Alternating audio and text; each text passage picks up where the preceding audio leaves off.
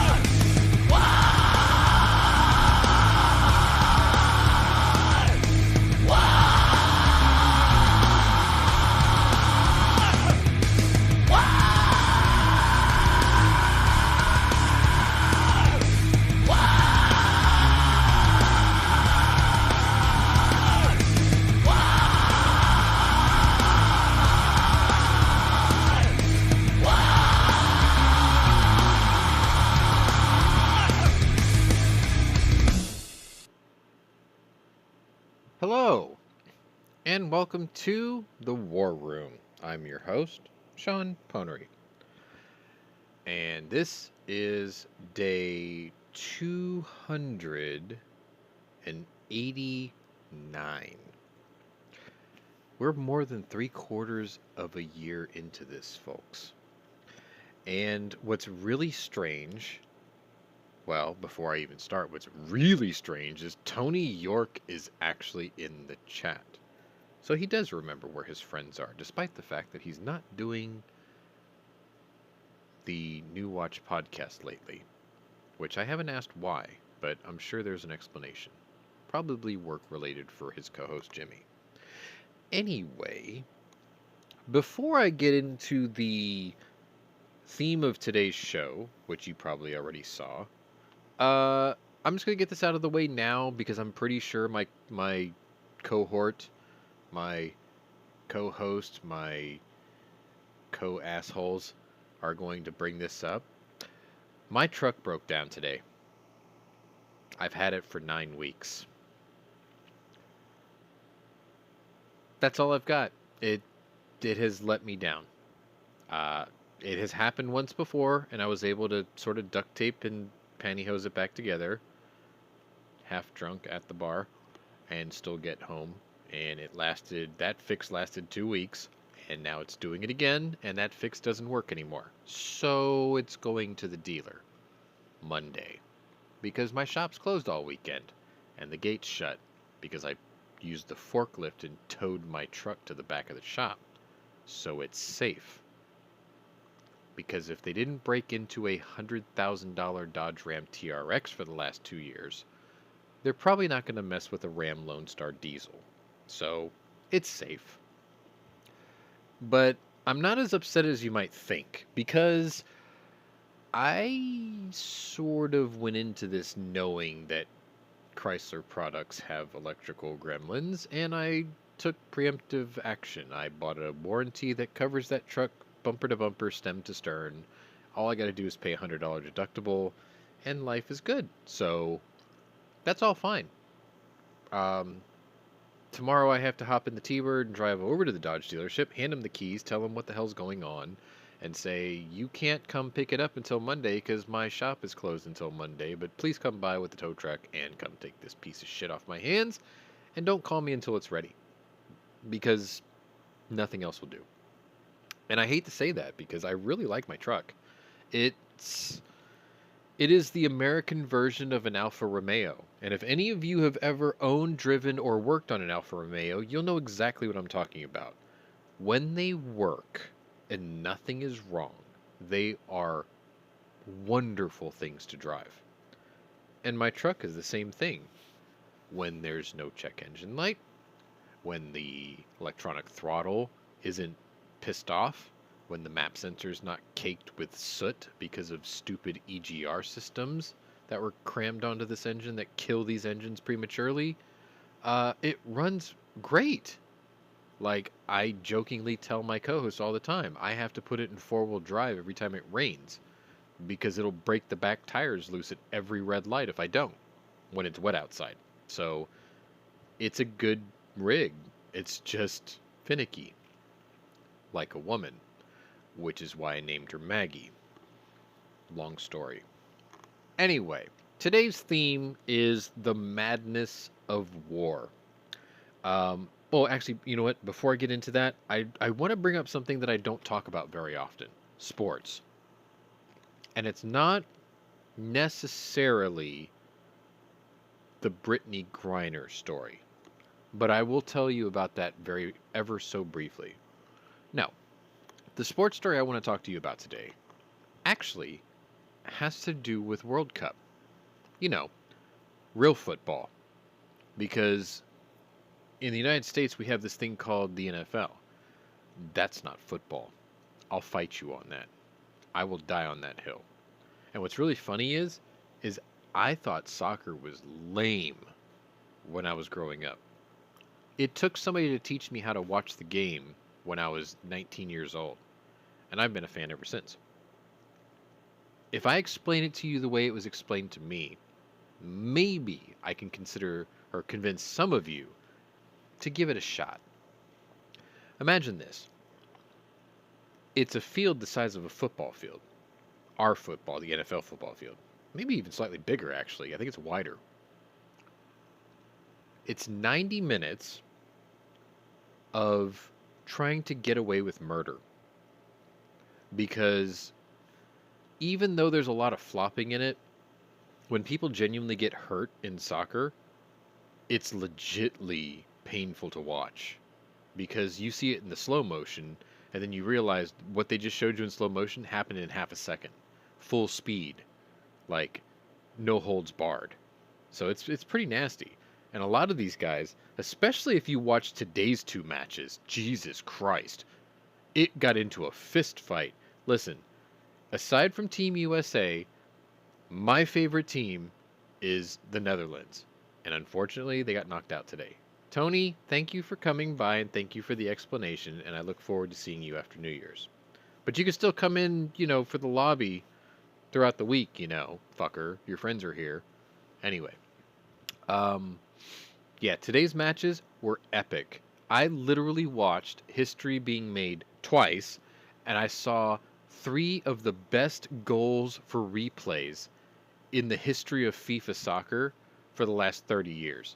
All 3 of them happened today. It was incredible. And I can't convey to you the level of excitement there is when these things happen. It's just unbelievable. But anyway, yeah, it's 90 minutes of people trying to get away with murder, committing as many fouls as possible, hurting the people you're playing against to take them the fuck out, right? Without getting caught by the officials. Now, it got harder because of instant replay, but it's still happening. I've seen it. I watched it all day today. For those of you who don't know, another giant killer happened today. Croatia knocked off Brazil. Unreal. And then Argentina knocked off, who was it? The Netherlands. And that was sad to watch. That was bittersweet to watch because I'm sorry, but Argentina had a 2-0 lead and then they just put it into cruise control and they were like, "We got this in the bag." And then all of a sudden it's like, "What the fuck? They just scored 2 points on us." And then it went into overtime. And then it went into penalty shootouts, which I don't like, but I'm starting to understand the excitement of them and the strategy to get to them. I still don't agree with them. Anyway, Team Orange lost. Team Orange beat Team USA. You beat Team USA, you better win the fucking World Cup. They didn't. Better luck 4 years from now, I guess. So it's, 90 minutes of trying to get away with murder, followed by, if you go into second round of World Cup, 30 minutes of overtime, team game, followed by penalty shootout, which I don't like it because it takes away the team play. It turns into a one-on-one, which I don't agree with. On top of that, there are no timeouts, And as of this year, there used to be only 3 substitutions the entire match. Think about that. They can't do that in the NFL. Timeouts all the time, substitutions every other play, right? That's not sport. That's management. That's middle management skills on display on a field. I'm sorry, that's weak. You try playing 90 minutes where you have to run 12 to 15 miles and you can only swap out 3 guys and then come back to me saying how hard your sport is, because that's ridiculously taxing on the body. They raised it this year to 5 substitutions. I'm okay with that. They also increased the penalty time. So like before, they had this thing called stoppage time, right? There's no timeouts. But if somebody got hurt on the field and they have to call out medical personnel, if it's a legitimate injury and they have to cart them off, there's several minutes that go by. Well, the game clock is still ticking. And it's like, wait a minute, we didn't get to play those minutes. Well, before, they wouldn't give you those minutes back 1-to-1 ratio. It was always short. This year, completely different. To put this into perspective, the average like penalty time or extra time was anywhere between 2 to 5 minutes. Today, 11 minutes. 11. That made the difference. Made it even more exciting because people began to play with desperation. That's the only reason Argentina was able to come back. Pretty cool. Anyway, sorry. I had to talk about that because I think it's just fantastic. If you guys haven't been watching World Cup, you're missing out. Like, I get it. Soccer's not really an American sport the way the NFL and the NBA and everything else is, but the NBA is woke, NASCAR is crap, baseball is off season, and the NFL, sorry, it's not football. I'm sorry, I'll fight you on that.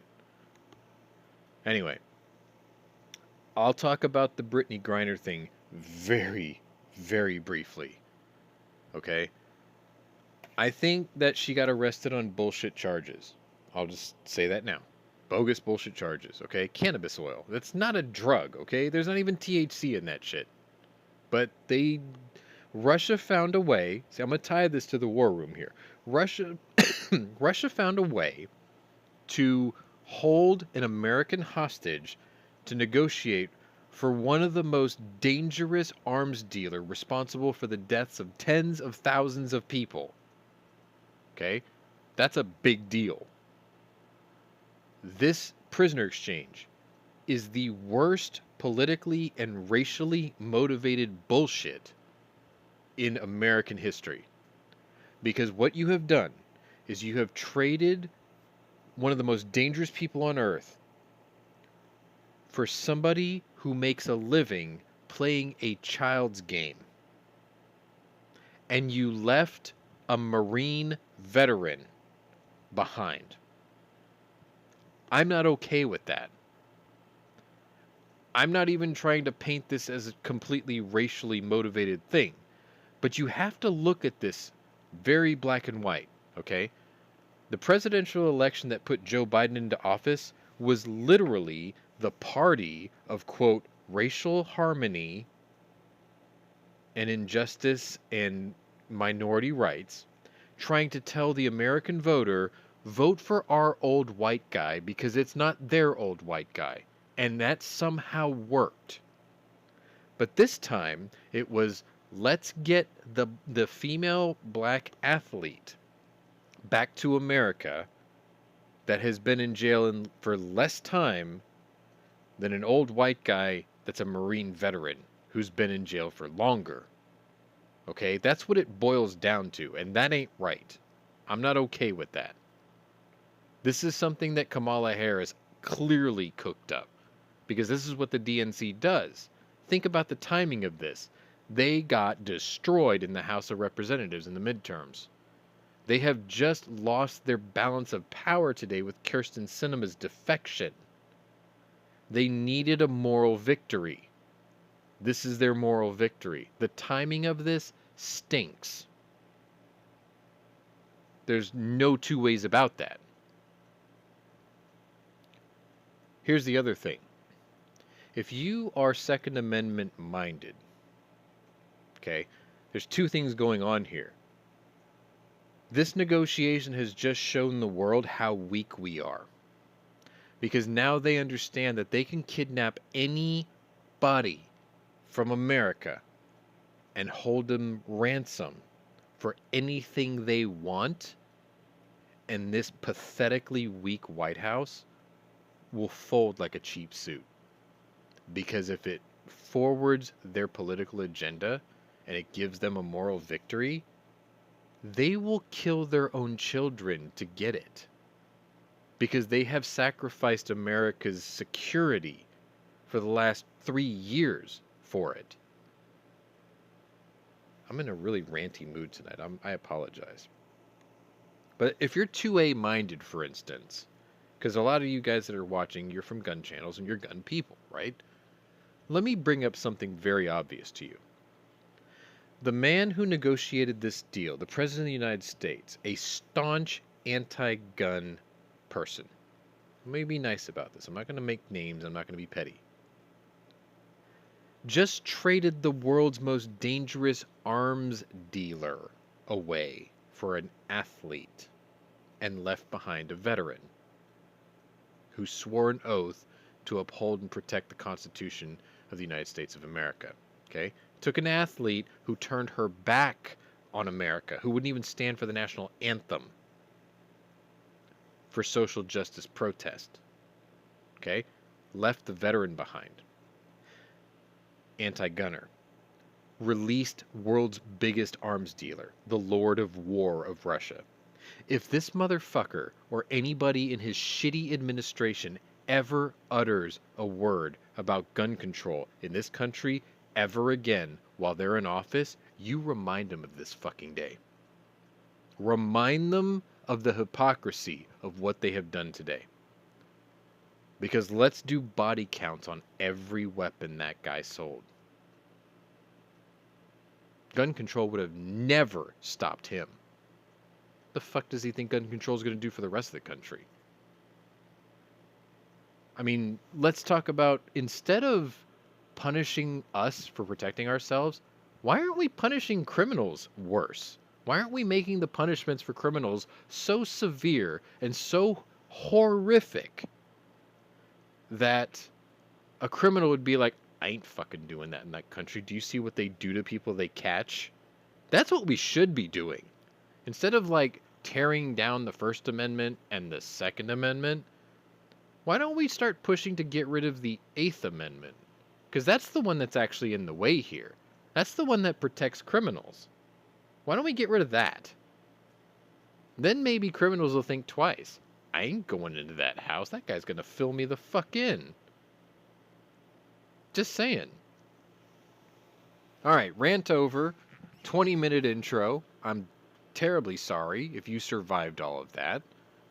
But I had a lot of things to say. And I think most of you would probably agree with them. Leave a thumbs up if you do. I guess you can thumbs down if you don't, but I'm pretty sure that we're all of like mind here. Anyway. The theme of today's show, before I bring in all my co-hosts, which I know they're probably wondering what the hell I'm taking so long. It's called the madness of war today. Because war doesn't make sense to the layman, right? Like, it's chaos. So what do we have today for you? Well, missiles are flying on both sides now. They're hitting Ukrainian cities, but guess what? Ukraine's getting theirs back. They're hitting air bases in Russia now. Cool, right? Eye for an eye. The Russians are facing a very bitter winter, just like the Germans did during Operation Barbarossa in the winter of 1941. That's going to be a fun story for you. The discussion of nuclear options between the U.S. and the Russians completely broke down this week. Why? What happened? Why are we talking about nukes again? That's another question we're going to answer today. How about the ridiculousness of handing out awards during a global conflict? That's what the thumbnail of today is. Volodymyr Zelensky, Man of the Year. I'm sorry.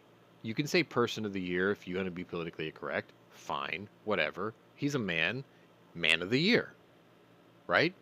Do you think he woke up one day saying, "Ah, it's another great day in Ukraine. I need to be man of the year from Time Mag." No, he doesn't think about that. He doesn't give a shit about that. And yet, he got it. I think Stacey Abrams was on that list too, of all people. Isn't she under investigation for federal crimes now? Yes. The neo-Nazi group, the actual neo-Nazi group from Russia, mind you, had a defector who walked away and started shooting at Russian police in Ukraine. We'll talk about what's about to happen to him. And we'll round it out with another obvious plea for a war crimes tribunal, which, okay, that's fair. But don't you think you should ask for that after the war ends, not during the middle of it? We'll talk about that too.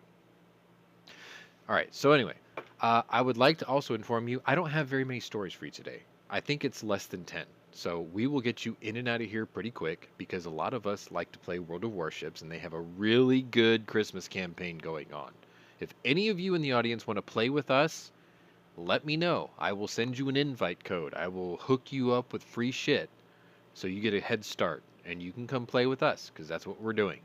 I literally spent like $100 before I went on air and I got a bunch of new toys and I'm going to tell, well, Jeff, you see him as Darkhound. I'm going to tell him about all the goodies I got. No, I didn't get the Musashi. No, I didn't get the Anchorage. Yes, I'm probably going to buy another 20 of those containers. Oh God, someone please stop me. Anyway, let's get started with the show. Here are my co-hosts. I'm going to do them in nice and quick. Mikhail Naistraiski. Oh, there he is. Scott P79. And future State Department employee, because I'm going to keep banging on that drum, insisting he goes and takes that job. Only because he said that about your truck. No, I really want him to have that job. This is I came here at her job. This is Zorro. Anyway, now I can put this into 4View, and we can go ahead and get started. I'm sorry that intro took so long, but I had a rant that I had to get into. What, the Dodge sucks? No, not that. Not that. I already did that part, okay? Anyway. All right. No, I was talking about the Griner thing, World Cup, shit like that. It's all out of the way, though. If you didn't hear it, you can watch it in the replay like the rest of these people. But I got all that crap out of the way. I reminded people that any time that Joe Biden mentions gun control, you smack him in the face and say, "You just let the world's worst fucking arms dealer go. Fuck you." Anytime Biden says anything about gun control, fuck you. Remember today. The Lord of War of Russia was traded off for a basketball player. Never let any voter remember or forget that today. That is some fucking bullshit. In my humble opinion, I think with the Lord of War, or in this case, the Merchant of Death, yes, I think it's going to solve a lot of Russia's logistical problems now. Well, I heard something kind of interesting, and I tend to agree with it. Maybe trading him off may not have been such a terrible idea. And I know that goes against everything I said previously, but I'll explain. You sure? I mean, the homie literally can activate a nuke. I'll explain why I say that. First of all, Russia's under so many sanctions that he can't move about the country. He can't get around anymore. All of his financial assets are tied up.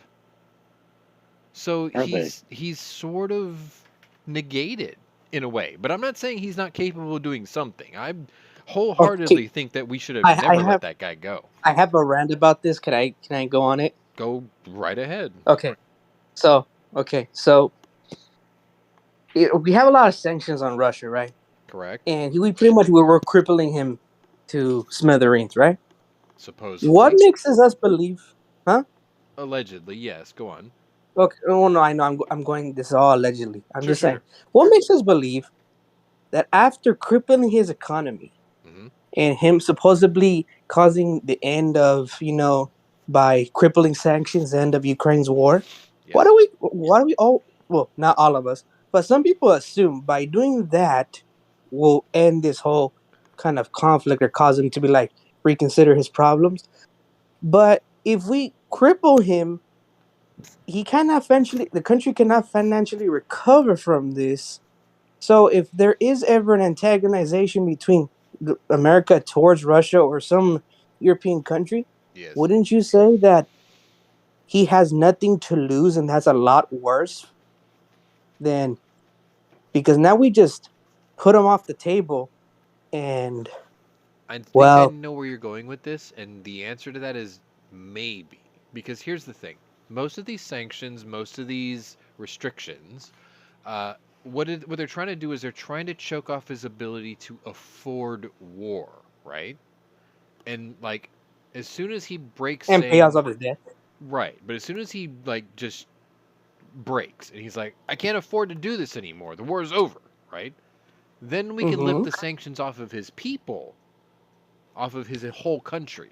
Because like these sanctions aren't meant to affect the common man. It will trickle down to the common man, yes.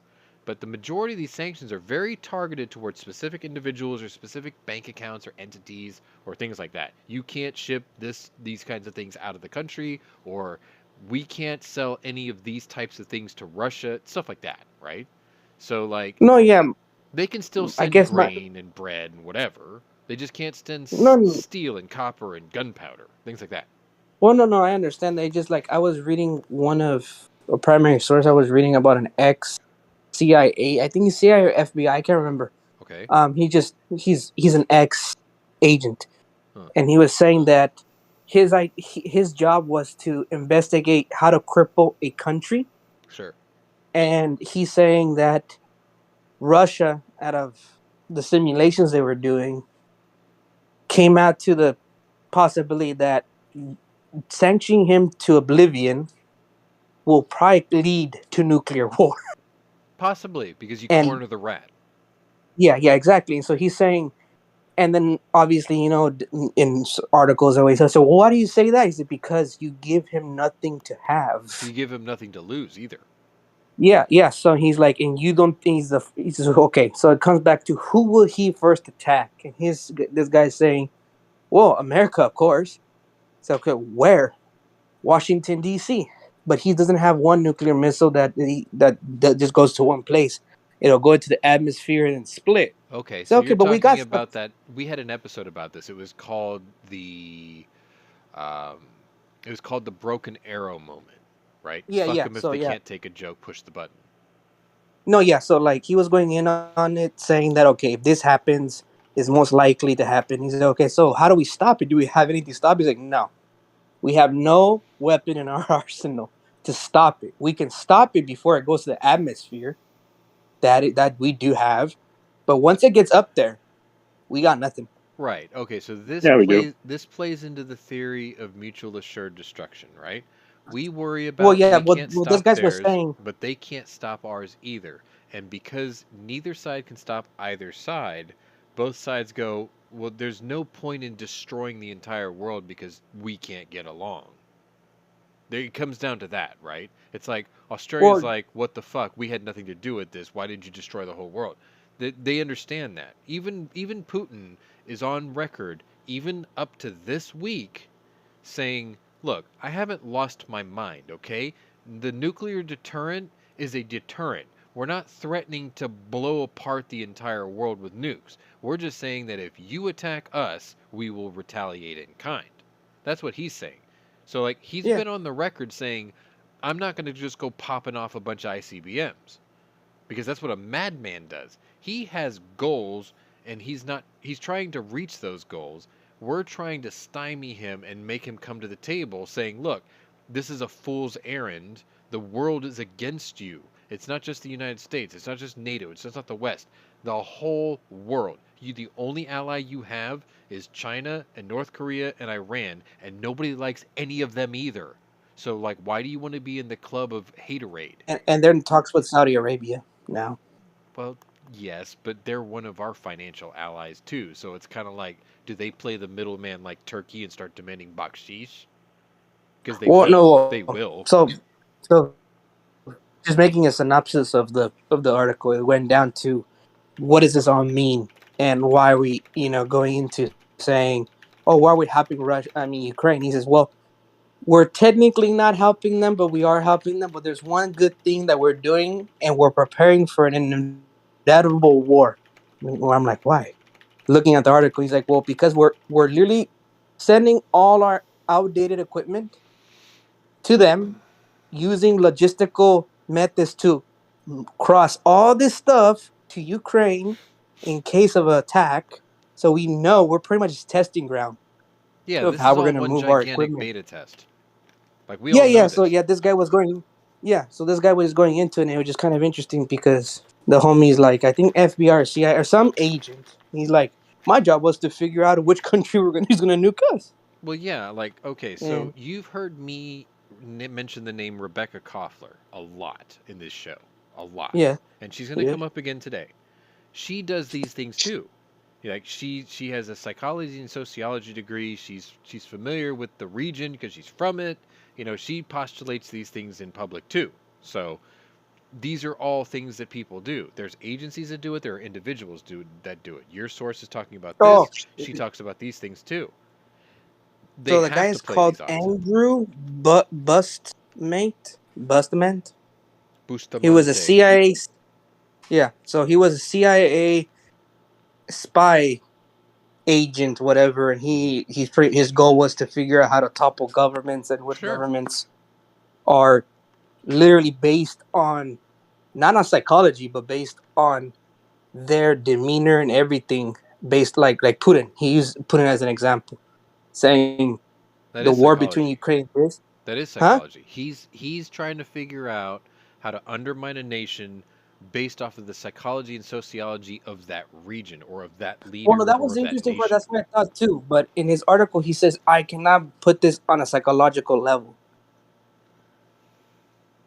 No, and okay, yeah, okay. Because the thing is you don't take out a country with mind games. You take out a country by starving them of something: money, No, that's fine. Yeah. resources, energy, sanctions, Technology. military, yeah, technology, stuff like that. So he's right. The psychology and sociology part of this is trying to enter the mindset of the leader of the nation you're trying to take down. How do they think? Like the way that, let me try to use a fair example here. The way that, let's say, the Prime Minister of England, okay, the one I thought we were going before, to use Israel for a second, no, but no, Boris Johnson. I'm gonna use Boris Johnson, okay. The way he thinks, the way his demeanor is, the way his nation has certain demands on a global scale that need to be met, you have to think of how do I take down a guy who has to think about those things and how he responds to those things. The way he thinks about how to manage his country geopolitically is very different than the way, say, Vladimir Putin thinks about the way he has to run his country. Because Boris Johnson never once thought about ruling England with an iron fist and taking out anyone who opposes him with poison or accidentally falling out of hospital windows 14 stories above the ground, right? Like, or he doesn't hanging do that. himself. Right. He doesn't do that. But Putin does. There are hundreds of people who have met their demise in the last, like, 10 years on record. Poisonings, falling out of fucking hospital buildings while, quote, smoking a cigarette, even the guy never smoked. Shit like that, right? The Hillary syndrome. How did this guy commit suicide with 5 bullet holes in the back of his skull? I don't know, right? You have to get into those people's mindsets. That's the psychology of it. But the nuts and bolts of how to take down the country, that's beans, bullets, antibiotics, those kinds of things. Choking the system, choking out the infrastructure of their nation, things they need. How do you shut down Ukraine right now? You cut the power. You don't give them heat. You make them hungry. That's what Russia does. How do you take out Russia? You take away all the oligarchs' money. You sell their $300 million yachts for 50 cents to fucking So 50 interesting cents. part where And you well, piss them off. an interesting part that he said about how to pretty much cripple Ukraine is to kill Zelensky. Well, that's the thing. It's not hard to kill a world leader who literally walks down the street in public, hand in hand with other world leaders, defiantly on camera. See, that's the one thing that made Zelensky Man of the Year. He didn't hide like a bitch. He didn't Joe Biden from the basement. He walked down the streets of his capital with Boris Johnson while fucking attacks were happening. And he said, I have to be here. The people need to see me because they chose me to lead them. He didn't hide. He's not arrogant. He's trying to do what he thinks his people need to see. Whereas our president, Which is a president which plays the piano with his penis. which is our president, fucking does everything from a fucking basement. It's like that's the difference between what a real world leader looks like and what an idiot is leading us looks like. Anyway, we've gone 36 Also, minutes. I haven't train even started the the stories Merchant yet. of Death Yeah. is another Hurry it issue. up. Move it along. Moving along. Right, I know. Okay. Sorry, I had to So, go on a tangent. It's Sorry, okay. my bad. Here's the good news. My first story is 3 days after this all started. So, usually I try to pick from the Friday before and take you to the Friday today, right? I didn't have any stories for Friday or Saturday or Sunday. So we're already 3 days ahead. We're 3 days up. We're good. We're good. So I'm going to start with day 285, Monday, December 5th. And I have a photo for you right here because it's got a couple of maps, points on the map for you. Both sides of the war between Russia and Ukraine are taking hits as explosions rocked 2 Russian air bases on Monday. Multiple Ukrainian cities also sustained damage from missiles. This came from the Wall Street Journal. One explosion was at a Russian air base near Engels, a city in the Russian region of Saratov, with regional governor Roman Busargin saying authorities were looking into the matter, according to the journal. The other explosion occurred when a fuel tanker blew up at an airfield near Ryazan. I think that's on there somewhere on the map. No civilians were hurt in the Engels blast, Busargin said, while Russian state news agency RIA Novosti said that at least 3 people were killed in the Ryazan explosion. Ukraine has not taken responsibility for the explosions, but an aide to Ukrainian President Volodymyr Zelensky teased involvement. Now, I don't know if we really went into this too much last week, but there is a legitimate thing called the Alibaba drone. I'm not kidding. There are people who would suggest to you that one of our alphabet organizations, CIA, taught Ukraine how to weaponize these drones that you can buy on Alibaba for less than $5,000. They have enough range to do what is happening right now. It's not made up. You can see these things on, I think it's Dark 5 on YouTube, actually. He covers these things quite well. My dog is eating something, and I'm trying to figure out what the hell it is. Okay. We're fine. Anyway. These explosions, the range, the type of damage, all of these things sort of fall in line with this whole Alibaba drone thing. Which, if you think about it, they're out Russia-ing Russia. Because Russia had to do a deal with Iran for drones that cost way more. Granted, they got more of them, but I've got a story coming up later that's going to show you that maybe they don't have as many as we thought. Or maybe they used them all up already, which is kind of funny. Especially if you look at the scroller at the bottom and see how many UAVs have been shot down. Anyway, the Earth is round. Discovery made by Galileo. Astronomy was not studied in the Kremlin, giving preference to court astrologers. If it was, they would know. If something is launched into another country's airspace, sooner or later unknown flying objects will return to the departure point. This came from advisor Mikhailo Podolyak. I think he was being sarcastic here. In Ukraine, people flooded into bomb shelters, including one set up in the underground transit system. Gee, just like the Battle of Where Britain. have we heard that before? The Battle of Britain. As I was Russia going to go rained... with Moscow. What? No, I mean definitely Battle of Britain, like the tube, the underground Yes, tunnels but and the stuff. Russians also did that. During Oh, Barbarossa. I don't know Barbarossa. Okay, fair enough. They So were yeah, within like we got 50 two. miles of Moscow. Yeah, we got two versions of this. So anyway, Ukraine flooded into bomb shelters, including one set up in the underground transit system, as Russia rained missiles down into the country. According to a Zelensky aide, 2 people died in the blasts. At least 2 others were injured, and several homes belonging to civilians in the southeastern region of Zaporizhia were both wrecked.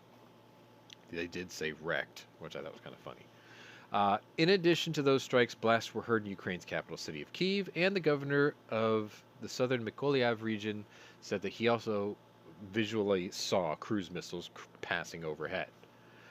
Andrei Yermak, Ukraine's chief of presidential staff, reportedly vowed in a Telegram post that his country would respond. Don't ignore the alarm. We will fight back, he says. Kind of interesting. Pretty defiant, actually. Let me see what the chat's going on. CIA, you don't have to be Jackie Fisher to figure out how to put a grenade in a solo cup and attach it to a quadcopter. You are correct, sir, which is why you are the finest of apes. But yeah, I mean, there's a theory about that, because anytime you hear that they're sending in military advisors into a country, it's usually CIA spooks. Usually, at first. Like, what was that movie I watched recently? The Greatest Beer Run Ever.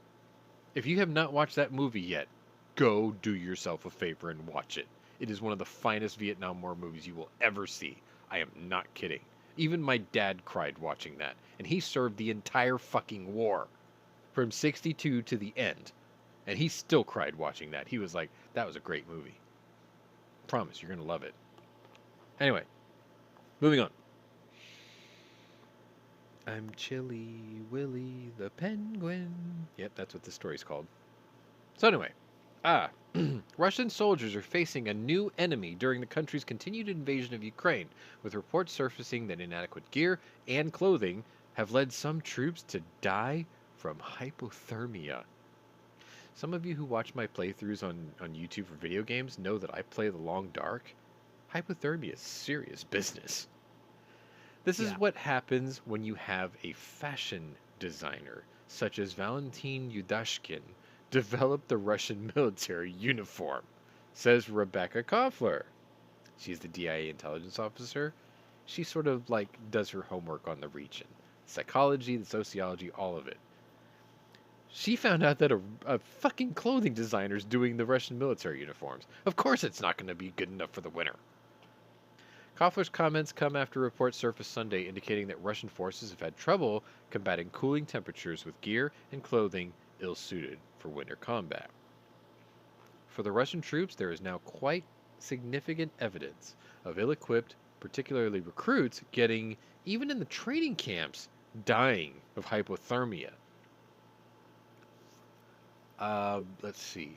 That's really quite something. Inadequate sleeping bags, inadequate clothing, and suffering from the cold. They find it difficult fighting in the cold, but that's exactly where the fighting is going on. The struggle with cold temperatures could not have come at a worse time for Russian troops, who have faced fierce resistance and multiple counteroffensives from Ukrainian forces that have stalled the country's progress. According to Koffler, the problem Russia now faces can be traced back to the military's transition from the Soviet era, pointing out that Yudashkin actually used to be a designer for former Soviet leader Mikhail Gorbachev's wife, Raisa Gorbacheva. He's a fashion designer.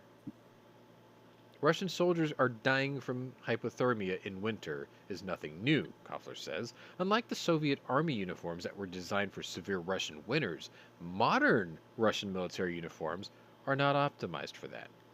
Instead, the 1994 rebranding of the Russian military caused dismay among the troops, with designs that prioritized style and low cost rather than pragmatism and functionality. Instead of using natural textiles like cotton, linen, and heavier coarse wool, synthetic materials were being used, which kept the soldiers cold in the winter and hot in the summer. Bulky and baggy style was replaced with fitted styles. Traditional Russian footwear made of felt, valenki, which was worn by military and civilians for hundreds of years, was banned in the post-Soviet military leadership. The winter conditions could also be hindering Russia's ability to use drones the country's military recently purchased from Iran. The Express reporting Monday that Russia has stopped deploying the Iranian-built Shahed-136 drones in Ukraine because the parts are inadequate to function in the cold. I believe that is decreasing because of any aircraft, which are drones, are made of plastic and of such low-quality materials that they're sensitive to frost and any adverse winter conditions. Was it Yevgeny Silkin, the Speaker of the Joint Forces Command for Strategic Communications of the Armed Forces of Ukraine, said during an interview.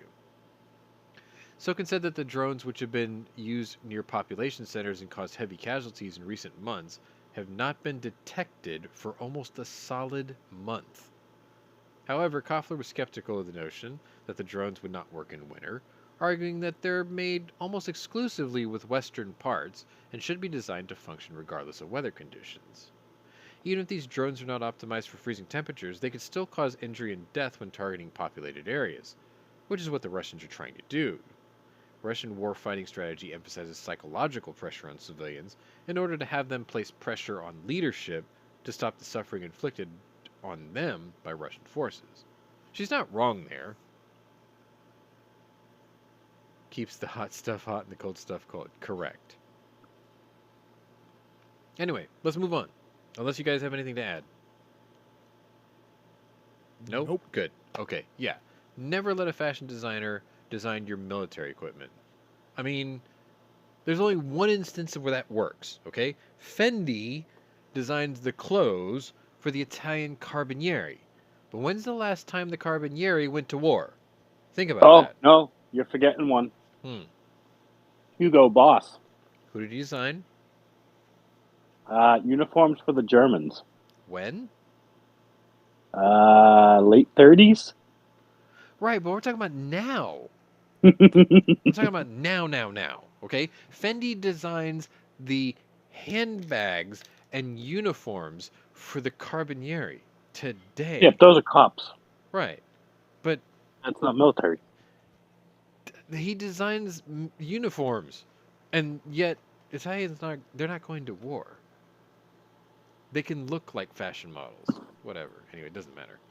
Well, there is the guy in New York that does the AK chest rigs by Daniov. We know a guy who lives in Illinois who buys thousands of Chinese chest rigs. He's not here today. He's not he can't afford these ones. He's not these even ones are made like out of alligator and shit. He's not even in the chat today. Rigged for your pleasure. Rigged for your pleasure. If you ever see the Cyrillics in my server that translate to rigged for your pleasure, you'll know who we're talking about. But I'm not going to name him out specifically, even though he's Polish. And poor. Kind of narrowed that down. Anyway, I'm not trying to pick on him. He's a good kid. And Rhymes was packed. He's a good kid. He's just a little eager to please. I don't know. Anyway, let's move on. Tuesday, December 6th, day 286. Look, we're almost halfway done already. Almost. Not really. I titled this picture Dipshits, as you'll see. Russia rejected an opportunity to meet with U.S. officials to discuss a nuclear treaty set to expire soon, considering some who say communications between world superpowers are breaking down. The meeting, originally set to take place in the early days of December, was expected to facilitate discussions on the expiring New START Treaty. A clause of the treaty demands that the U.S. and Russia allow officials from one nation's freedom to inspect the nuclear sites and arsenals of the other nation. Yeah, that worked so well when we sent in inspectors to Iran. Just saying. Yeah. Anyway, the U.S. sought to begin talks about the continuation of this clause in a meeting from November 29th to December 6th in Egypt. However, New START discussions were unilaterally postponed by the Russians, according to the Department of State. This is about New START, a bilateral arms control treaty, and making sure that both sides are complying appropriately with it, said National Security Spokesman John Kirby, former Navy Admiral, by the way. So, we look forward to being able to have that conversation and get back to the BCC back on the calendar. Problem is John Kirby is a liberal shill now, just so you know. New START is set to expire in 2026, with little to no international infrastructure for nuclear accountability in place if and when it lapses. The New START treaty sets clear limits on strategic offensive arms supply for both nations, aiming to temper each other's national stockpile of nuclear weapons and to discourage nuclear proliferation. Feel-goodism. According to the State Department, limits on weapon stockpiles outlined in the treaty include 700 deployed ICBMs, deployed nuclear-launched ballistic missiles, SLBMs, and deployed heavy bombers equipped for nuclear armaments, 1,550 nuclear warheads on deployed ICBMs, deployed SLBMs, and deployed heavy... I already said that, didn't I? I skipped a line. SLBM launchers and heavy bombers equipped for nuclear armaments. I got it back on track. Arms Control Association Executive Director Daryl Kimball told The Hill that while the canceled negotiations are not a total disaster, it sets a bad precedent for breaking communications. That's roughly in 1,200 days, which in treaty terms is not a very long time. If there's not a negotiation on some sort of replacement treaty, there will be no agreement for the first time since 1972 that limits the world's two largest nuclear superpowers' arsenals. That would make an already fraught relationship between the U.S. and Russia all the more difficult. Can I sidebar for a second? The relationship between the United States and Russia were pretty good when Orange Man was bad. Let me just point that out, just put that out there. Anyway, the Russian invasion of Ukraine has chilled conversations between the two nations across the board, though Russian President Vladimir Putin continues to signal openness to discussions, because that's what liars do, so long as they are explicitly favorable to Russian interests. Bakshish. The President of the Russian Federation, Vladimir Putin, has always been, is, and remains open to negotiations in order to ensure our interests. This came from Kremlin spokesman Dmitry Peskov. He said this Thursday. President Biden and Putin have not spoken since Russia invaded Ukraine 9 months ago, and Peskov's comments were the second time in 2 days that the Kremlin signaled that they would be open to resuming talks with Washington. So this sounds almost like Russia's Peskov doing that stupid music video appealing to Joe Biden to call me maybe. But Biden's not dealing with them. Biden's not dealing with the border either, because he said that there are more important things to deal with. What's more important than a multinational invasion on your southern border and the potential threat of nuclear war on the other side of the pond? I'd really like to know what his answer is to that, because right now, he ain't got one. Thoughts? Nit? Yeah. Fine. Moving on. This is a story I believe you shared with me, but I'll read this one out. I'll let you do the other one, okay? I call this one Korean Toys in Poland. Christmas comes early. I thought it was funny. Poland has received the first delivery of its tanks and howitzers it purchased earlier this year as a part of a series of large arms contracts with South Korea, my peepo. The equipment was welcomed in a ceremony at the half your peepo. Half my peepo. Can't say that without laughing. The equipment was welcomed in a ceremony at the port of Gdynia. Gdynia? I think it's Gdynia. By President Andrzej Duda and Defense Minister Mariusz Blazak? Blazak. I think that's how you say that. I'm not fluent in Polish. Unfortunately, Warsaw Patriot's not here to help me with that. Anyway, in July, Warsaw, the city, not the guy, concluded a $5.8 billion agreement with Seoul to buy 189 K2 tanks and 212 K9 self-propelled howitzers in what the Asian country's largest arms deal ever. Sidebar. Why do you need those, Poland? You own every single NATO tank in the arsenal. You've got all of them. You know the strengths and the weaknesses of all the NATO nations' tanks. Why do you need the Korean ones? Why? Because you're just that cool, I guess. Anyway, end sidebar. I don't know if you know that, but Poland's armored arsenal, they have all of them. They have Abrams, they have Leopards, they have Challengers. They've got everything. Why do you need the Korean ones? Because you can.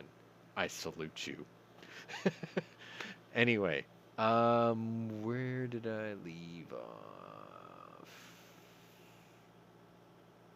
off? Poland is also buying 48 FA-50 light combat aircraft and 288 K-239 Chunmoo rocket artillery launchers. We want peace, so we are preparing for war, said Blasok today. Think about that. A Polish guy said civis pacem parabellum.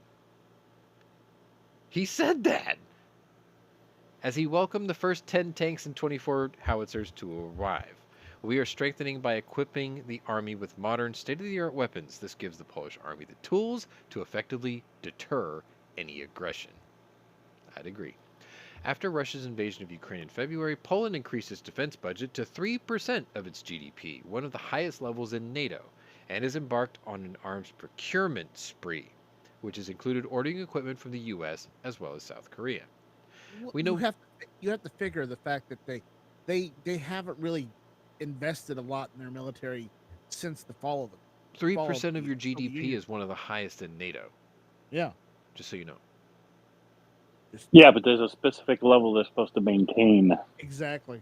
to be part of NATO. To be part of NATO. Correct. They went over that. Which nobody maintains. They went above and beyond that this year. No. Nobody maintained until Russia invaded Ukraine. Wait a minute. I got to check the chat because I think my name got it. Same reason I keep buying AKs. I'll have you know, sir, that the last AK I purchased was my RPK. I happen to know that one of our panelists, however, recently procured a new AK, and I'll let him talk about that later. Another one. Another one. We won't talk about it. We'll move on. We're going DJ Khalid, and another one, and another one, and another one. Let's just put it this way: I have more AK style gun. I have just as many AK style guns now as I have AR-15s. I still have 4 times more AR-15s than I have AKs. Yeah, I need to work on that. I will work on that. But you need to work on that. Truck broke down, so. oh, we need to talk about that. I did the whole intro with that. Anyway, President. No, we need to let Scott go on about that. No. That's why I did it in the intro before I dragged him in. I was like, I'm just gonna get this all out of the way now, so he doesn't have anything to use on me later. Like I've already. What? That I told you Dodge are pieces of shit and you shouldn't have bought it? No, it has nothing to do with that. It has everything to do with yes. Okay, look, if we're going to get into this on a sidebar, let me just put this out on the way now, okay? I worked for Chevrolet for years, okay? When the new Duramax diesel came out, they couldn't design an electrical system to support it to save their life because it came from Isuzu, okay? They still have teething problems. My Dodge, which was once owned by Mercedes, and then it was sold to Fiat, they just have the same problem. Electrical. Now, I have told people for 30 years to avoid most Chrysler products because of electrical issues. But because my Fiat didn't have any, and I had it for 6 years, and because my Chrysler 300, which I've also had for 6 years, also had no electrical problems, I thought, you know what? I'll take a chance. Maybe they finally got this shit right. Well, guess what? I'm the aberration. Well, that's why somebody hot-wired the starter. No. They hot-wired the fuel pump. That's right. Right. I think. I don't know, because that hot wire didn't work this time. Whatever. I don't know. It's going to the dealer Monday. They'll figure it out. I'm gonna pull that wire off because I don't want them to think I jerry-rigged it. They'll figure it out. They'll fix it. Whatever. I'm not worried about it. I got another car. I got 2 other cars. That's why I'm a poor. Anyway. Where did I leave off? We know very well that today there is a war going on when Russia is trying to rebuild its empire. It is a well-equipped army that is the best argument to deter your aggressor, says Blasok. This is an important day for the history of the Polish army. President Duda thanked South Korea for the rapid arrival of the first shipment. No one needs to have it explained how important the tempo of delivery of equipment is in this current situation, he says. Only the heroism of a soldier equipped with modern weapons is able to stop Russian imperial ambitions and Russian brutality. I think that's fair to say. The newly arrived tanks and howitzers will be transferred to northeastern Poland in the coming days. Blazak noted that Polish troops have been in South Korea to receive proper training on their use and maintenance. That's good. Under its agreement with Seoul, Poland aims to eventually have 1,000 K2 tanks and 672 K9 howitzers, including Polizend? I don't know what that means. Oh, probably Polish versions produced in Poland, reports Business Insider Polska. In total, Poland's arms purchases from South Korea this year have reached 12.3 billion US dollars. So basically what they're saying here is they're going to build the Korean tanks under contract. license. Yeah, under license. Thank you. That's what I was looking for. Sort of like how we were building Mosin Nagants under license for the Russians in World War I. Remington did it. Stuff And like World that. War II. Yes, exactly. Well, yeah. I mean, that's basically what this boils down to, which is kind of cool. So, Polish versions of Korean tanks. What does that even mean? Does that mean it's going to have like a white and red checkerboard pattern down the freaking reactive armor plate? I don't know. Is it going to smell like sausages? Okay, I'm being stupid. On Saturday, around 800 pieces of U.S. military equipment, including M1 Abrams tanks, also arrived at the port of Gdynia. They will be stationed in Europe for the next 9 months as part of the 1st Infantry Division's reports. TVN 24. Anyway, let me look back here. You would have been far better off getting a salvage body and dropping it. No! No! Look, I'm going to prove to you that the Pasta Diesel is a good engine when you take all the shit that the U.S. put on top of it. I'm telling you. It's going to be fine. It's going to be fine. Fine. Right, Mike? It's going to be fine. Moving on. It'd be help if I unmuted myself. Yes, Yeah, it would be fine. it's gonna be You fine. notice It's the gonna be ominous silence, fine. right? Fine. You know the I said you know the fine. referencing of the ominous silence, right? When you said it'll be fine, right, Mike? It's going to be fine. I'm telling you.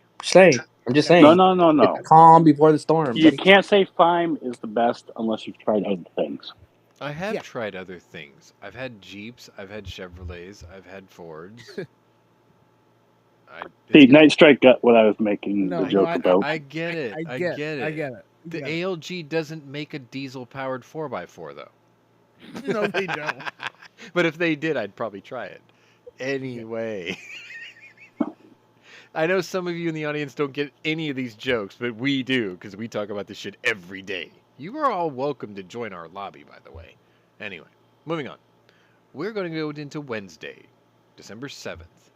A date that will live in infamy. Day 287. And that was the day that my splash screen was created, because that was the day this happened. Ukrainian President Volodymyr Zelensky was named Time Magazine's Person of the Year, beating out 9 other individuals or groups who were finalists. The Spirit of Ukraine was also honored in recognition of Ukrainians' resistance to the Russian invaders of their country. Zelensky was highly favored to eventually win out as the most influential personality of the year after he launched onto the world stage for defying Russia's invasion into his country, Ukraine. Zelensky was formerly a comedian and an actor who won the presidency of Ukraine in 2019. This man is not a career politician. Sound familiar? But that didn't mean that the race wasn't heated. Some members of Time's shortlist for Person of the Year proved to be quite controversial. Time was derided on Twitter for placing Wyoming Congresswoman Liz Cheney on the list, despite having lost a primary by 38 points and polled at 3% for the president. Commentator Charlie Kirk wrote on Twitter. Cheney became a darling of the media after she came out as a public opponent of former President Donald Trump because he wouldn't tickle her little man in the boat. While she was Chad, one trounced piece. in her primary race by Republican Harriet Hageman, Cheney has continued to act as a thorn in the side of the Republican Party and even endorsed Democrats like Representative Alyssa Slotkin, Democrat of Michigan, for office. Progressives also criticized the inclusion of Tesla CEO Elon Musk, and especially Florida Governor Ron DeSantis, on Time's shortlist for Person of the Year.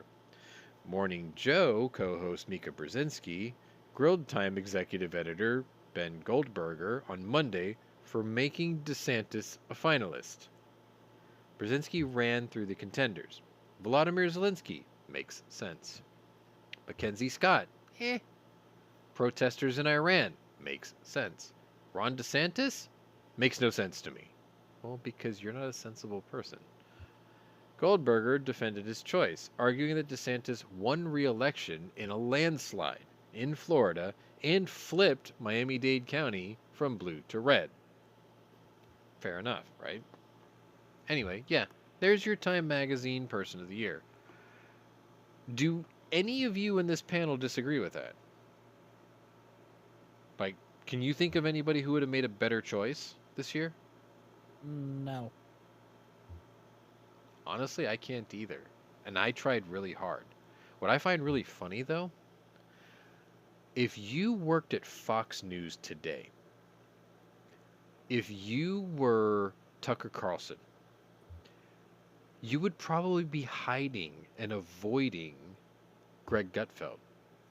Because you see, Greg Gutfeld is a very outspoken supporter of the Ukrainian war. He has a Ukrainian wife. And all of a sudden, these days, Tucker Carlson has been very anti-Zelensky. He keeps pushing this narrative that this is some giant money laundering scheme.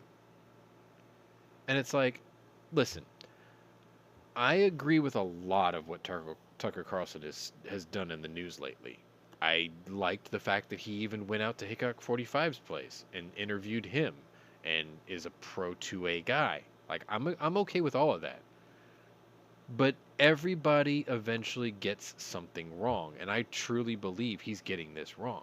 It's like, there are better ways to launder money than allowing a nation to wholesale slaughter your people, okay? That doesn't make any logical sense.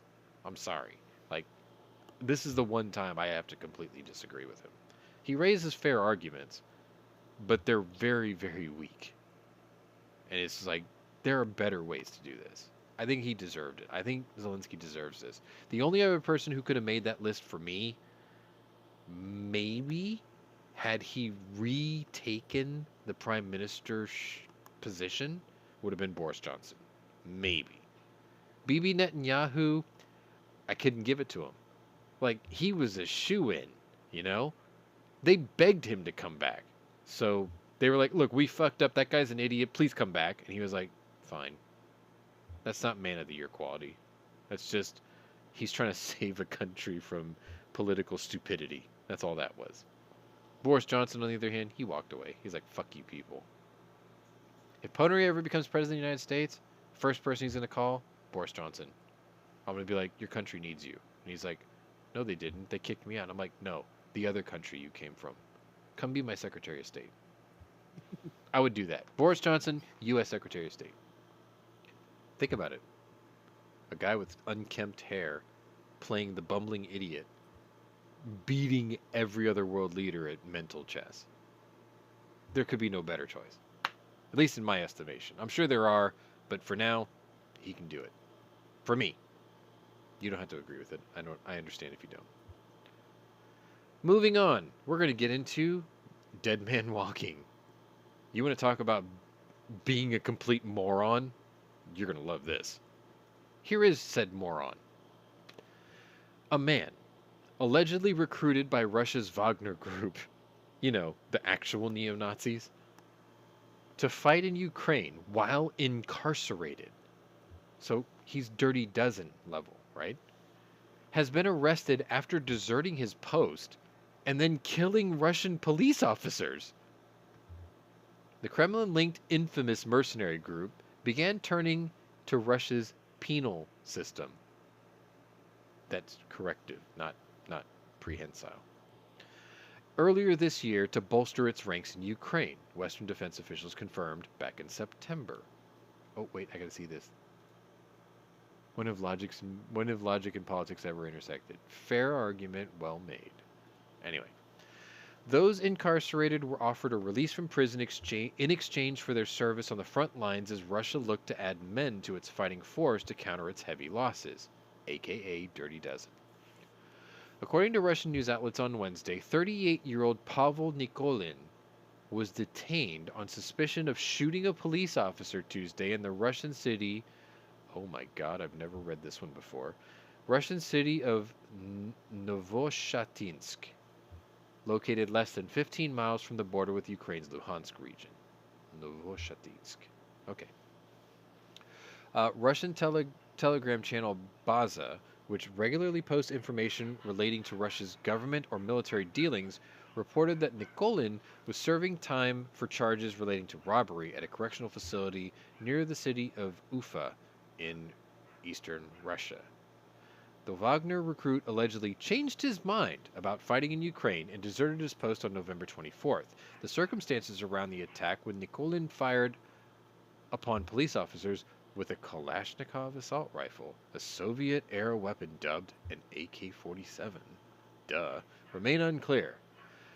At least one police officer was wounded in the fight, and Russian authorities reportedly closed public transit and encouraged residents to stay indoors as the manhunt ensued. Nikolin was allegedly found Wednesday on a pig farm. Of course he was.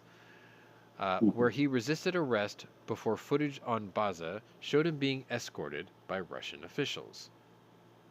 Sidebar. When Brittany Griner was escorted by Russian officials, there was actually a cute female Russian cop in that picture. This guy, he got nobody. These are just dudes. Anyway, it is unclear what will happen to Nikolin next, though comments made by the Wagner Group chief, Yevgeny Prigozhin, earlier this year suggests that he will, not he could, he will face a death sentence. Nobody goes back behind bars, Prigozhin told inmates, according to September reports. If you serve 6 months, you're free. If you arrive in Ukraine and decide it's not for you, then we execute you. How's that for Russians? How is that for a recruitment poster? We're going to take you out of jail and you could serve us for 6 months and we'll let you go. But if you change your mind, we'll kill you. Yeah, what they don't tell you is you're only going to last 3 months, if you're lucky. It'll last 3 fucking And days. then you're dead. No, you're going to last 3 fucking days. Because number one, you got an outdated, clapped out AK that probably got picked up from fucking Rhodesia, right? From fucking, what's it? Royal Tiger. They probably bought Royal Tiger's fucking, like, Rhodesian surplus with shot out barrels and broken stocks. Now, I've never gotten one like that, but everybody I know who talks about Royal Tiger, even though I still try to buy from them once in a while, they tell me don't because that's all you get. So let's just assume that that's what they got, right? They dirty dozen guys with shit weapons, put them in a uniform designed by somebody who designed women's clothes, so they have no winter protection. Of course they're gonna fucking defect. They're freezing. Anyway. Don't dirty dozen from Russia. Sorry, it's just not gonna work. Moving on. Good news, 4 stories left. Cool. Thursday, December 8th, day 288. So we're already to yesterday. Cool, right? And I'm going to show you a picture that you've seen before, and if you have weak constitution, man up, because this is what war looks like. Kyiv has called on the U.S. to help it create a tribunal that will investigate and try Russian leadership for the war crimes committed in Ukraine since the war began 9 months ago.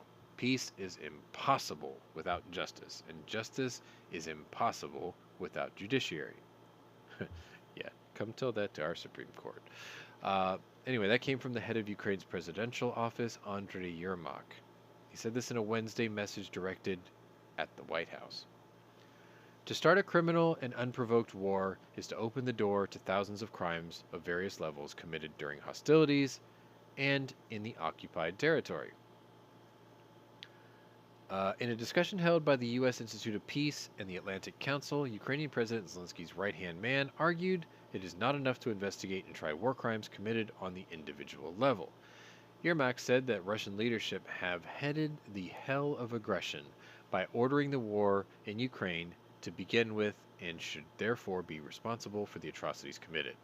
Ukraine appeals to you and the United States of America to support our efforts to establish a special tribunal for the crime of Russian aggression, he says, in a discussion attended by U.S. think tank officials, top Ukrainian leadership, and U.S. Representatives Bill Keating, Democrat of Massachusetts, and Joe Wilson, Republican of South Carolina, who I don't think Night Strike has a very fond opinion of.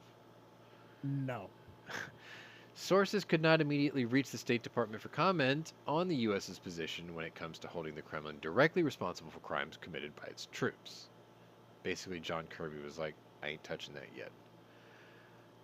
Ukraine's appeal to Washington comes just 1 week after the European Union threw its weight behind the push to create a special tribunal. Details on what the tribunal would look like remain unclear, though reporting last month suggested that the EU has proposed the creation of either an international treaty or a hybrid court that would rely on a nation-based legal system that encompasses international justices. Didn't they do that for Nuremberg? Probably. I don't know. What's his name? Spencer Tracy's not alive anymore for me to ask that. Because he was in trial of Nuremberg. Anyway, the EU argued it is most important to establish a tribunal that has had the backing of the UN, even though thousands of investigations have been opened into alleged war crimes by Western nations and the International Criminal Court, as not all nations, including the U.S. and Russia, recognize the jurisdiction of the ICC. Although the U.S. has a complex relationship with the ICC and does not acknowledge its authority over over U.S. citizens, Beth Van Schaak, ambassador at large for global criminal justice, said earlier this week that the U.S. can still aid the court. In the midst of all of this activity at the court, the Biden-Harris administration launched a sorely needed reset of the U.S. relationship with the ICC, she says. Although the United States signed the Rome Statute, we're not a full party. Nonetheless, there's still much we can do, and have done, to advance the work of the court. Van Schaak said that the U.S. will continue to work with the court to help apprehend Russian perpetrators responsible for crimes in Ukraine. The U.S. says that it can also help with witness protection and in joint investigative efforts regarding international crimes. So we're bringing back the refugee program under the guise of witness protection. Gotcha. And with that, we move on to Friday. Today, day 289, December 9th. Yay. A date that will not live on in infamy because I want to By the way, forget it that my was truck Roosevelt broke down infamy. today. See, there's a joke in there. Anyway, I just wanted to show you this. No, This is the the joke is UK about the Defense truck. Ministry intelligence update, which you can read it for yourself, but I'll just read it out loud. For the first time in 3 weeks, there have been reports of attacks by Iranian-provided one-way attack uncrewed aerial vehicles, UAVs. These events remain to be verified, but it is likely that Russia has exhausted its previous stocks of several hundred Shahed 131s and 136s and is now finally receiving a resupply. Now remember, this falls back on a story that we said earlier where they haven't seen those drones for a month in the air because they ran out. On the 6th of December 2022, the Ukrainian General Staff reported shooting down 17 UAVs, including 14 Shahed 136s. On December 7th, Ukrainian officials reported the use of Iranian-provided OWA UAVs targeting Zaporizhia and the Dnipro oblasts. So there was this period where nothing happened, and all of a sudden, a bunch of them happened because they got restocked. The last previously reported shooting down of Iranian Shahed 136s in Ukraine was on November 17th. If verified, it is likely that Russia has recommenced attacks with the newly delivered UAV systems. Can you tell I'm getting tired? I'm fucking up a lot more. Anyway, I haven't done the UK Defense Ministry in a while, so I thought I would bring that up because it popped today. And I thought, oh, that's good. We should go ahead and talk about that. Moving on. 2 stories to go. Here's a photo. Here's a phallic photo for you. Uh-oh. Yeah, at the moment that it's about to burst, too. Russian President Vladimir Putin on Friday once again drew international attention when he warned that even if one missile enters Russian territory, hundreds of warheads will respond. He doesn't talk like that. He's a lot mousier. Yeah, well, you know, that's weird because So was Patton. didn't something, you know, stray into Kursk? No. Maybe. I'll let you talk Didn't about the it. Ukrainians attack a Russian airbase less than 150 miles from Moscow? Twice. Yeah. Twice. That was one of the first stories I did today. But yes. Yeah.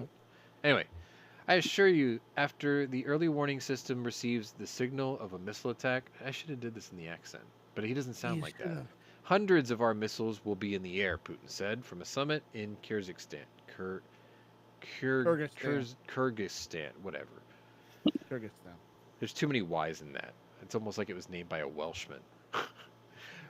Anyway, it is impossible. Or a night strikesky. It is impossible to stop them. There will be nothing left of the enemy because it is impossible to intercept 100 missiles. This, of course, is a deterrent, a serious deterrent, he added. Now I don't know. say you I would keep get going into loose and fucking... squirrel. What's that guy's name? It's not Brezhnev. It's the guy before him.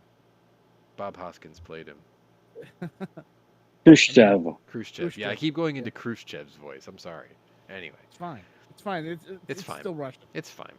It's fine. Putin made headlines after he appeared to suggest that he may make changes to Russia's nuclear deterrence doctrine by employing a first strike policy, which he referred to as a disarming strike. A strategy he said is motivated by the current U.S. deterrence policy. Oh, so he's And that copying may us. be a strike with a Y. It is. Russia has already said that this strategy is embedded in its nuclear doctrine. Washington does have a policy. Yes, actually, yeah. I was trying to allude to that earlier, but I just didn't spell it out. Yes. Putin sounds like I'm trying to give Putin more masculinity in his accent that he doesn't have, just like George C. Scott did when he played Patton. Because Patton was very squeaky and mousy too, apparently. I don't know. I don't think I've ever actually sat down and listened to one of his speeches. I should. Anyway, Washington does have a policy that allows it to use a nuclear weapon, not only in retaliation to a nuclear attack, but also in response to non-nuclear threats. And so does Moscow. And obviously this was the opinion of Rebecca Koffler, because she is a very outspoken woman. Anyway, what this was, from the intelligence standpoint, is strategic nuclear vessels. Nuclear vessels. Right, okay. Happy?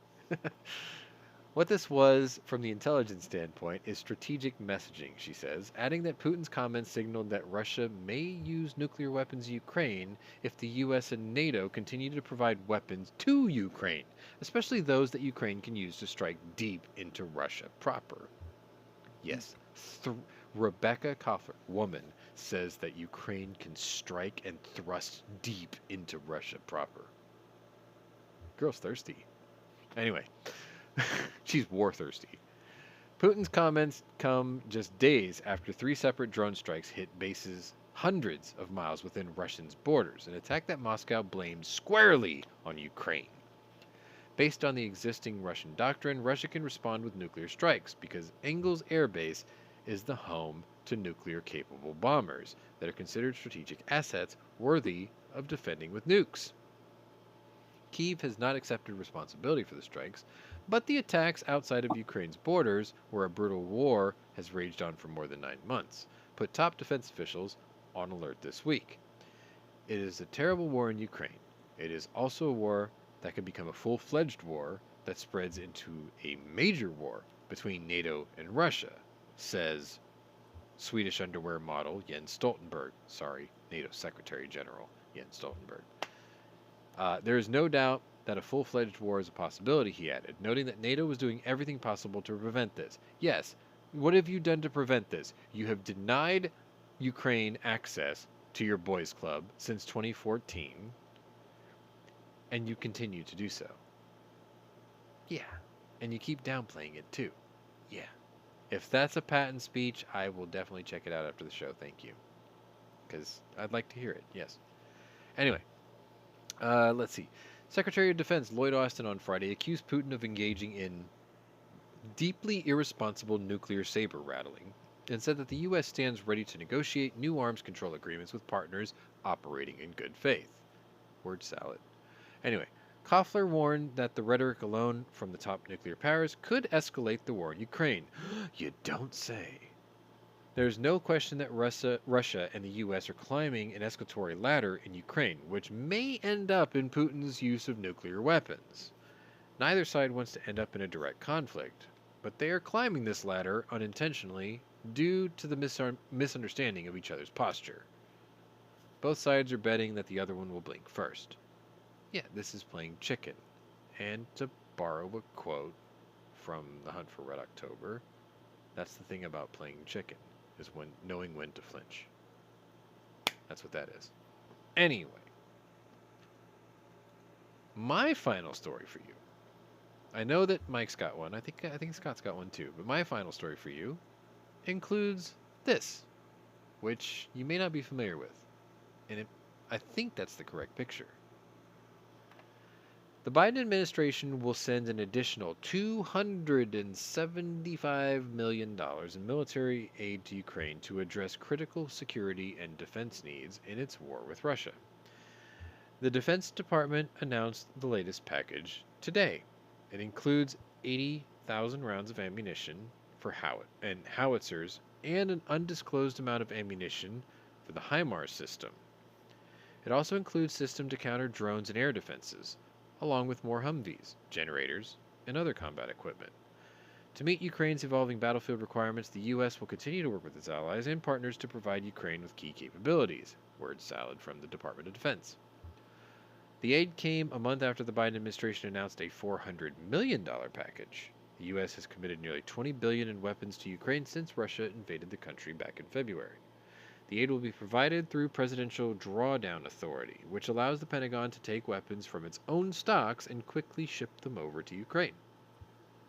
Moscow has increased its attacks on civilian infrastructure, including power plants, leaving thousands without heat and electricity as the winter months have set in. Other nations also come to Ukraine's aid. Bulgarian lawmakers on Friday approved the country's first military assistance package to Ukraine, involving a classified list of weapons prepared by their government. This picture that I'm showing you, if I'm not mistaken, is part of something called the Hawk Air Defense System. And if I read this properly, this will get weapons very close to Moscow, which means they're pretty long range. Air defense system's like vintage, isn't it? But it's got good range. Yeah, it's got good range, but like you're talking 1960s tech. Sometimes the classics maybe work. 1970s. Sure, sometimes bringing out the classics work, right? I mean, think I know this. Iran actually has a couple of systems. So we're shaking off the dust and crap that's been sitting in our warehouses for 50 years, essentially. Just to get rid of them. That's fine. It's fine. Maybe they're fine group made. Oh, I'm just kidding. Anyway, yeah, they're sending those too. So we are slowly increasing the effective range of these weapons that we keep sending them. Which is why I keep saying, why don't we just stop fucking around and just build them something like Iron Dome and just call it a day? Because Iron Dome is expensive as fuck to use. Well, what can they give us in return? Grain, women, spent nuclear fuel, spent nuclear rods. Yeah, that's cool. Sure. Maybe they can, I don't know, float the Moskva and barge it over to us. Does the Glomar Explorer still exist? Just saying. Anyway. That's all the stories I personally have. I know Mike had a really good one, which involves not Ukraine, but Yeah. it ties in this whole global conflict thing. So go right ahead and share that with us. I saw this one on December 7th, but it actually dates back to December 6th, but the article was released on the 7th. Mhm. Uh, it says Russia deploys missile defense systems on island near Japan on December 7th when Japan, in 1941 attacked Hawaii. I found it funny Do you think it was because symbolic? maybe, Like deliberately maybe. symbolic? Okay, so on an island near Japan, Japan vows round the clock watch. Military rollout comes as Moscow, Tokyo in dispute over Kuril Islands chain. So apparently they're fighting over a chain of islands now. So not only is Russia having problems with Ukraine, but now they're starting shit with Japan because fuck it, let's just fuck with everybody. Mhm. So, Russian Defense Ministry has released new images showing its military deploying mobile defense systems on an island near Japan that is part of disputed territory. Mhm. The rollout occurred on the northern Kuril island of Pwnery, one of a chain of islands between Russia's uh, Kamchatka Peninsula and Japan. Tokyo has laid claim to the southern Kuril Islands. Well, they laid claim to a lot of islands during World War II, and then they lost, which Russia considers to be their own. An ongoing territorial dispute dating back to World War II, according to Reuters. Coastal servicemen of the Pacific Fleet will keep a round-the-clock watch to control the adjacent water area and strait zones. The news agency quoted the Defense Ministry as saying, Japan is one of many countries that has sanctioned Russia for its military invasion of Ukraine. Uh, let's see. Japan's chief cabinet secretary Hirokazu Matsuno said Tuesday that Japan's government will monitor the new Russian deployment closely. Uh, Russian Bastion missile defense systems that were deployed reportedly have a range of 310 miles. The Russian Defense Ministry also said a military camp has been set up in Pwnery as well, allowing troops to be deployed there year round, according to Reuters. Military maneuvers come a year after Russia set up Bastion systems on Matua, which is part of the central Kuril Islands. The news agency adds Russia's steps to boost its presence suggest that the islands will continue to play a pernicious role in the future of Russo-Japanese relations, and that Japan and the United Nations should deepen consultations regarding Russia's activities in the region. The Washington-based think tank Center for Strategic and International Studies wrote in a September report, quoted Reuters. And that's Reuters. the end of that article. Reuters, I don't So care. let me put this into perspective. The Kuril Islands I've actually seen them. Yeah, it's a small set of islands. They're on the northeast quadrant from Hokkaido. Yeah. They are, if you were to draw a line of the Ring of Fire, and you would draw a line from the Alaskan Aleutian Islands, Adak is the last technically Aleutian island for Alaska. You can island hop every 100 miles or so, sort of west from Adak, and you would hit the Kamchatka Peninsula. There are still islands after the Aleutians that continue on towards the Russian Kamchatka Peninsula. Then the Kamchatka Peninsula like wedges down southwesterly, and then you run into the Kuril Islands. Funny thing about the Kuril Islands, one of them, the biggest, I think, it's the biggest one. There's three major ones. The biggest one actually has a bunch of old, rusted out, disabled T-34 tanks on it.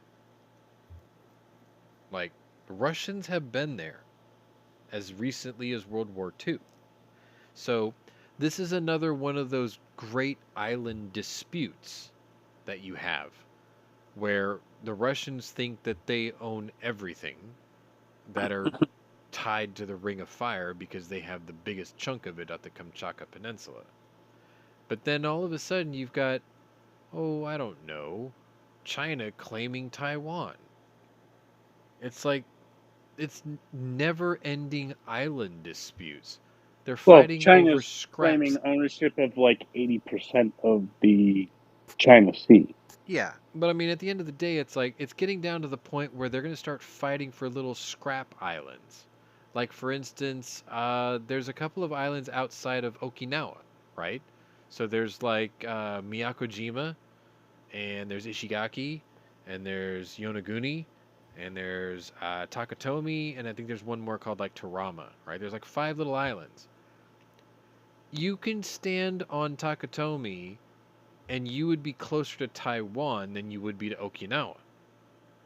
So there's that dispute going on. It's like they're fighting over these tiny, pathetic little islands now.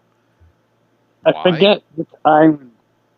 There's Ports. one that I think it's Canada and Norway fight over, where every once in a while they'll swap each other's flags and leave a bottle of booze. Oh, yes. Yes. Oh, which one is that? You know the story. Yes.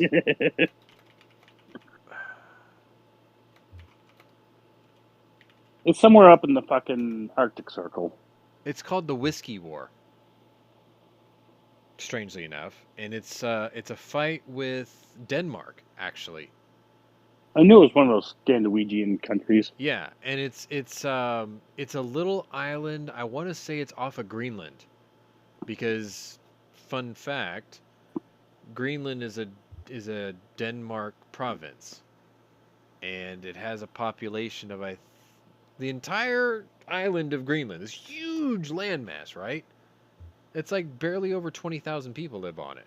And what's really funny is only about 9,000 of them are Danish. Denmark? Danes, right? Yeah, Danish. yeah, like 9,000 of them are Danish. The rest of them, like 12,000 plus, Inuits. Weird, I know. Anyway, okay, you had a story too, didn't you? Not really. Well, It's more of a cautionary tale. go on. Apparently, the UN wants Israel to give up their nuclear weapons, which they've never actually confirmed they have. Yeah, we want you to Which give up everybody that knows they nuclear actually gun. have. Well, wink and a nod, right? We saw what happened the last time one country gave up their nuclear weapons. Yeah, they got Yeah. invaded by Russia, and here we are today doing weekly coverage of it. I'm Yeah. pretty sure Israel's going to tell the UN to go fuck themselves. Yeah. Israel could Because say, it's plainly obvious Iran is trying to get nukes. yeah, like Israel would be like, I'll tell you, like if you're Bibi Netanyahu here, like, listen, okay, let me tell you something. I'll give up my nukes if Iran gives up its existence. Until then, go fuck yourself. I think that's pretty fair imitation, right? No, but we'll end on that. We'll end on that. I'm gonna play this now. We made it. We didn't even go 2 hours. We did great. I think. Anyway, I want to take the time to thank my panelists for being here. One who bailed out early, probably for reasons. And for you, the viewers. And remember, there is a link at the bottom of the description if you want to join the server. Mr. Knives, who still hasn't figured out how to get Discord to work because he's special ed. Anyway, if you're new to my channel, welcome. But if you're a just a regular, little slow. yeah, You know, because turtles are. But anyway, if you're a regular here, welcome back. Either way, check out my other playlists and see if my other interests might be of interest to you. This was the War Room. This was day 289. That is Time Magazine's Man of the Year. And Slava Ukraini, and we'll see you all next week. Heroyam Slava and shall not be infringed.